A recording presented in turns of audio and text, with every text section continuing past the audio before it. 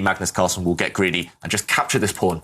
The onus is now on Danil Dubov to find a justification for that. We did highlight the fact that a couple of moves ago, these pawns would be weak for the rest of the game if the position opened up. And the position has opened up. Dubov maybe opened it up too soon, and these pawns are going to become huge weaknesses. We do see Dubov drop the knight in the middle of the board. What will Magnus do? Will he capture this knight? I think bishop takes knight is a very sensible move. Or will he capture this pawn?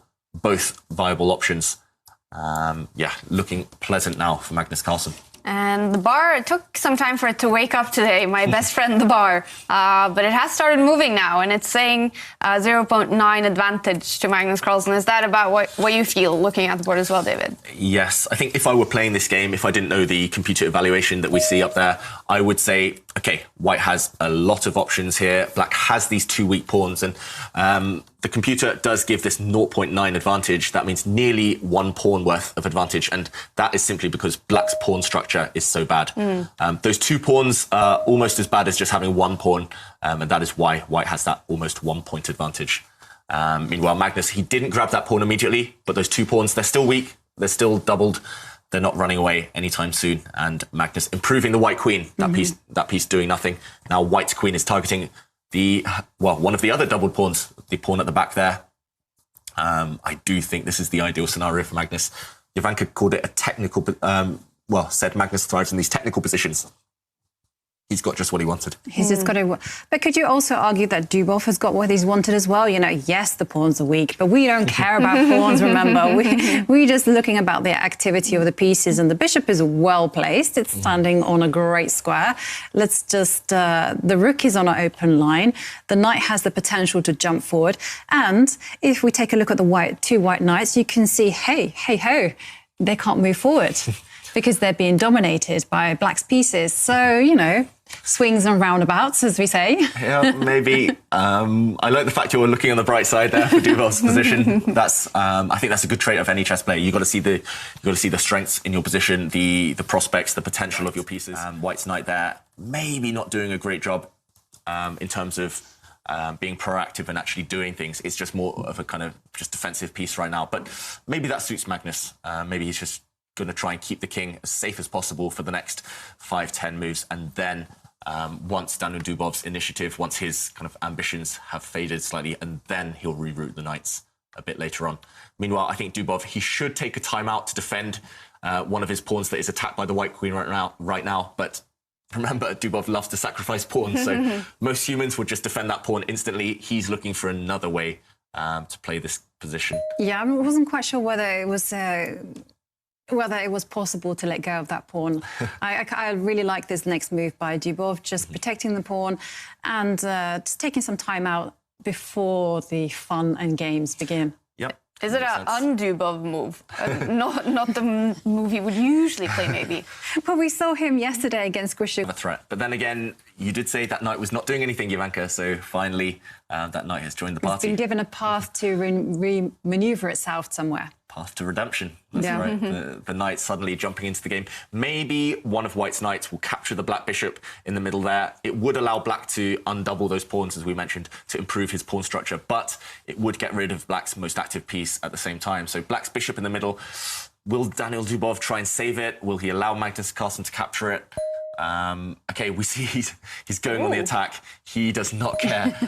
But yeah, that move to me looks just somehow a bit strange by Danil Dubov.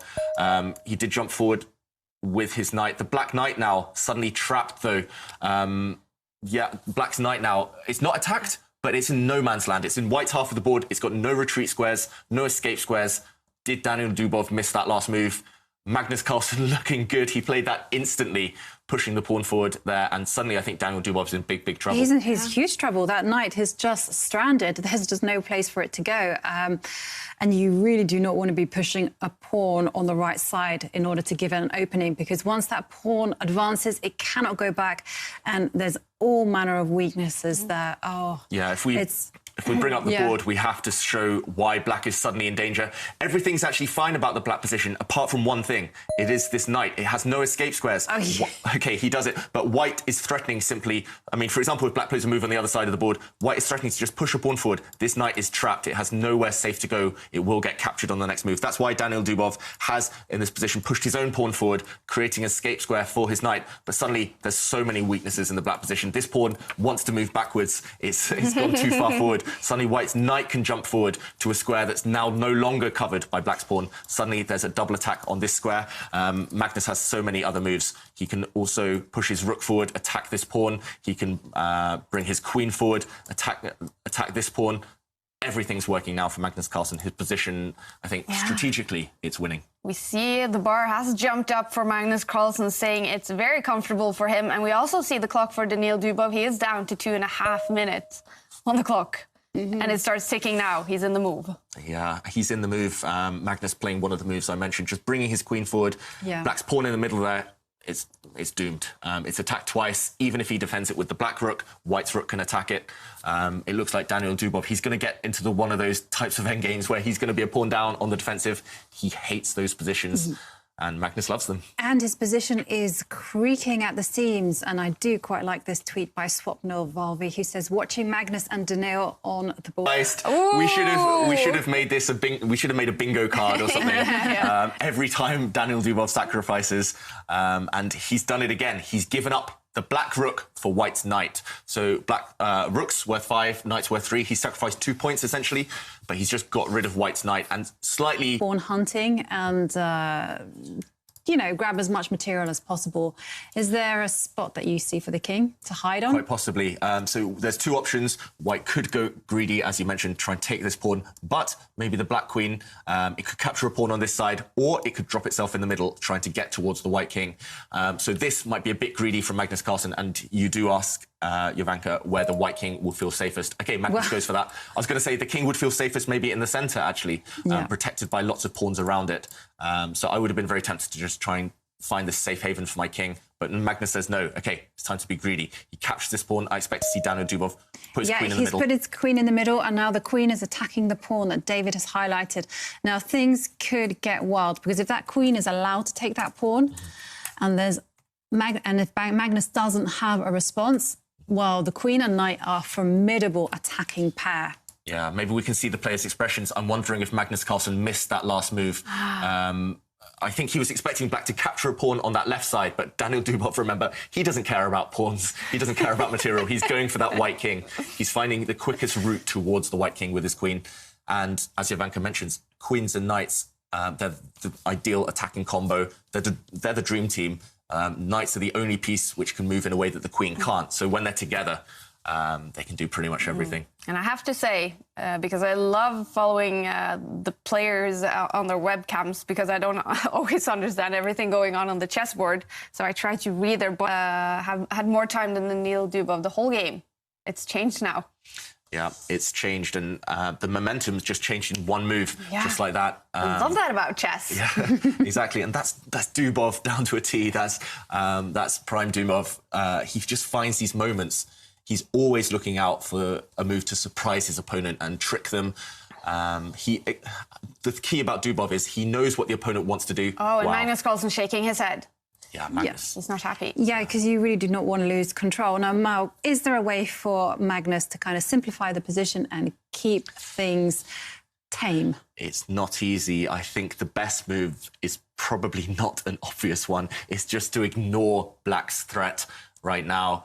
I think, okay, Magnus Carlsen's going under a minute. I think maybe the best move, I was going to say to push a pawn on that left flank, but Magnus Carlsen instead bringing his queen back. And now I expect to see either black's queen will capture the pawn that we highlighted, or black will improve his knight, bring it towards white's king. 2 very tempting moves here from Danil Dubov. Yeah, I would be tempted to bring my knight into the game just to invite all my pieces. But then again, it's a tasty option, to grab that pawn, then especially when you're so close with the queen to the king. Absolutely dangerous stuff. Yeah, but remember, Dubov, the last thing he wants to do is grab a pawn. So if he can play a move that doesn't take a pawn, he will do it. He prefers to be points down on the scoreboard.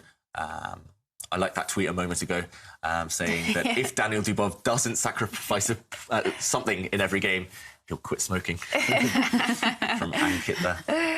Yeah, you can just go buy a pack of cigarettes, I guess. Yeah. Yeah, but it's not a good habit. So. But yes, but don't. Yeah. Well, okay. Well, there you go. He has chosen to invite another piece into the attack. The knight has come forward, and now Magnus Carlsen swings the queen across the queen. You know, she's a very, very great attacker. But she's also a fantastic defender. The problem with her being a defender is that she's so fantastic as an attacker. You don't really want her to defend.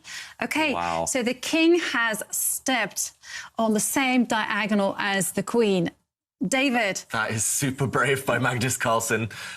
Is there a good discovered check? Because once the knight removes itself from that square, it will be check. And so now we're looking at all those potential squares that the knight can go to. Yeah, so Dubov, he has a difficult decision ahead. Magnus Carlsen stepping into the danger there with the white king. That's not a decision that most mere mortals would take. Just stepping into the eye line of the black queen. So yeah, if the black knight moves, it was going to be discover check. Normally discover checks are deadly 99% of the time, but this time I think if black's knight steps away, white will try and block the check with his own queen. It does look like Magnus Carlsen has found an amazing defensive resource. What, is it because he wants that black knight to move away from that square? I Is think that what he's trying to force? Yeah. He wants the black knight to move, and he also wants to trade queens. Magnus, he's going to shift his queen up just 2 squares. He's going to offer that trade of queens. It's actually very difficult for black to stop. And we've got 5 seconds. Okay, so that's... Ooh. Wow, okay, we didn't see Dubov make that queen move just now. Instead, he's offered another pawn for Dubov to take. These guys do not care about material. Wow, look at Magnus's face as well. Whoa. He's surprised by that last move by Dubov. I'm surprised too. Dubov suddenly breaking from his character, going for a pawn when he should have been going for the opponent's king. Whoa. Is there now a check? What is... Okay, so he has lined up the queen and the rook, so the knight is forced to move, and now the pawn is in the queen's eyesight. So you're going to take the pawn. Yeah, so white is now going to play queen takes pawn check. Black's king is suddenly the one in danger. Oh, wow. Magnus doesn't do that. Instead, he goes for bigger fish in the sea. Instead, he attacks the knight, and the knight cannot move because the queen are facing each other. And 2 seconds for Danil Dubov. And that's it, it's game over. Dubov has resigned, actually. The knight cannot move. The knight is lost. Pin and win, that's what they say. And Magnus Carlsen pinned Dubov. He wins the night and wins the game so suddenly. And the world champion, okay, winner of the first game in the quarterfinal against Danil Dubov, not giving away any sort of happiness there. He almost seemed angry, like he was shouting at the computer, surprised maybe by